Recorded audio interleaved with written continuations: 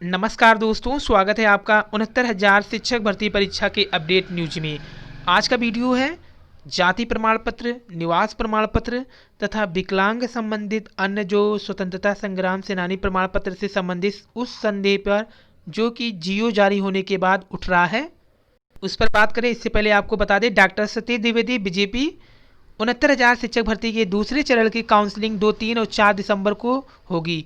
ये official news अपने Facebook account से शेयर किए हैं माननीय शिक्षा मंत्री श्री सतीश द्विवेदी जी, जो कि सभी जिला मुख्यालय पर होगी। उसके पश्चात 5 दिसंबर 2020 को दीनदयाल उपाध्याय गोरखपुर विश्वविद्यालय में गोरखपुर के परिसर में माननीय मुख्यमंत्री श्री योगी आदित्यनाथ जी के कर कमलों से और सभी जिला मुख्यालय पर माननीय मंत्रीगण, सांसद, विधायक के द्वारा वितरित होगा। नियुक्ति पत्र chief minister office Uttar Pradesh BJP Uttar Pradesh के अकाउंट से जारी किया गया ये ऑफिशियल बयान, जिसमें माननीय मुख्यमंत्री श्री योगी आदित्यनाथ जी, शिक्षा मंत्री श्री सतीश द्विवेदी जी का 69,000 शिक्षक भर्ती का कार्यक्रम काउंसलिंग जो कि दूसरे चरण का होगा उसके बारे में बताया गया है। और जैसे ही जियो जारी हुआ, अभ्यर्थियों के बीच में एक मैसेज काफ़ी वायरल होने लगा, जिसमें सचिव उत्तर प्रदेश बेसिक शिक्षा परिषद प्रयागराज द्वारा आज ही के जारी जो जियो है उसमें एक पॉइंट है, पॉइंट नंबर 2। इसमें देखिए जो लाल घेरे से है, बताया गया है अंतिम चयन सूची सम्मिलित अभ्यर्थियों के शैक्षिक अन्य अभिलेख की जांच दिनांक 2/12/2020 एवं 4/12/2020 को की जाएगी।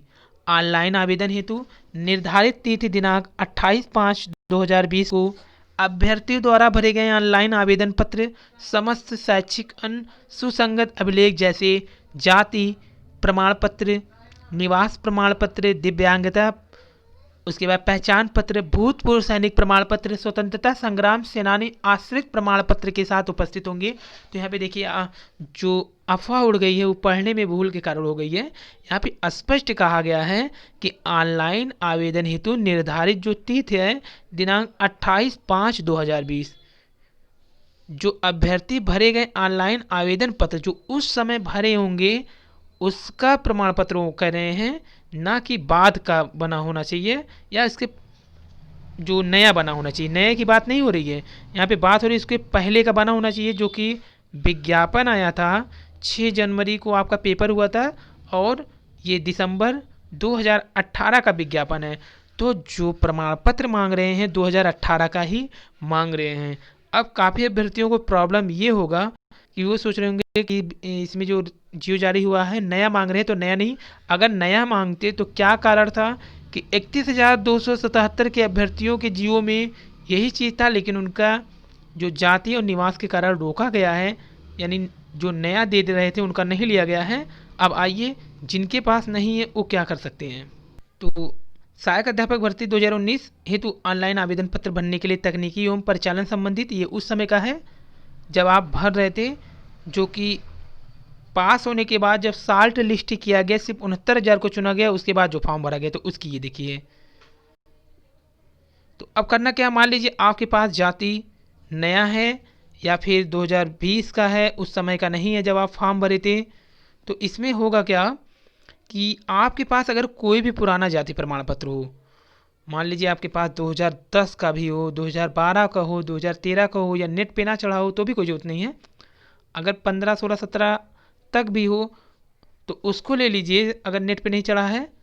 और मान लीजिए अगर आपने नया बनवा लिया है जो कि 2018 का नहीं है, जिनके पास 2017 का नहीं है उनके लिए बात हो रही है, 2020 का नया बनवा लीजिए। अगर पुराना हो तो वो दोनों साथ में अटैच कर लीजिए और एक एफिडेविट बनवा लीजिए। एफिडेविट में आप उल्लेख कर दीजिए कि हमारे पास जो प्रमाण पत्र है पुराना है, नेट पे नहीं चढ़ा है, उसको, और जो न्यू लगा है उसको लगा दीजिए। तो यहाँ पे देखिए आपका जो काउंसलिंग है वो आसानी से हो जाएगा, क्योंकि कई डिस्ट्रिक्ट है, लेकिन कई डिस्ट्रिक्ट के ऊपर निर्भर होता है, जैसे क्योंकि ये डिस्ट्रिक्ट वाइज काउंसलिंग हो रही है, हर डिस्ट्रिक्ट के अपने अपने रूल होते हैं। मथुरा में अगर किसी का काउंसलिंग पड़ गया तो वहाँ पे तो जिस हिसाब से अभिलेख के जांच होते हैं वो तो आपको पता ही होगा, काफ़ी वीडियो भी बना दिए हैं।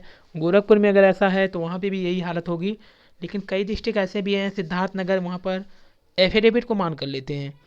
लेकिन अगर मान्य नहीं करते हैं तो भी आप परेशान मत होइए, क्योंकि 2 दिसंबर के बाद चर्चा में थी कि शासनादेश आया, लेकिन अब उसके पहले भी आ सकता है। देखिए यहाँ पे जो मथुरा में 167 नव नियुक्त शिक्षकों का रोका गया था, तो वहाँ पे देखिए बीएसए वीरपाल सिंह ने खुद बयान दिया है। आपको इसको भी पढ़ा देते हैं हम। यहाँ पर देखिएगा कि बीएसए वीरपाल सिंह ने क्या कहा है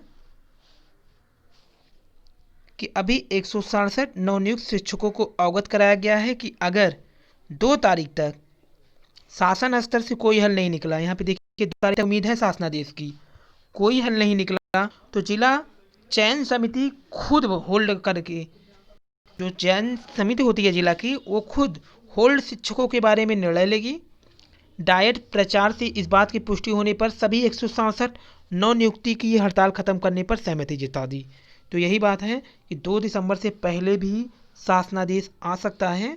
यहाँ पर देखिए हड़ताल समाप्त करते समय अगर बीएससी अधिकारी बयान दे रहे हैं तो बिना शासन की सहमति से तो देंगे नहीं, तो इसलिए कोई भी परेशान ना हो, सभी को नियुक्ति मिलेगी। गॉड ब्लेस यू, धन्यवाद, थैंक यू।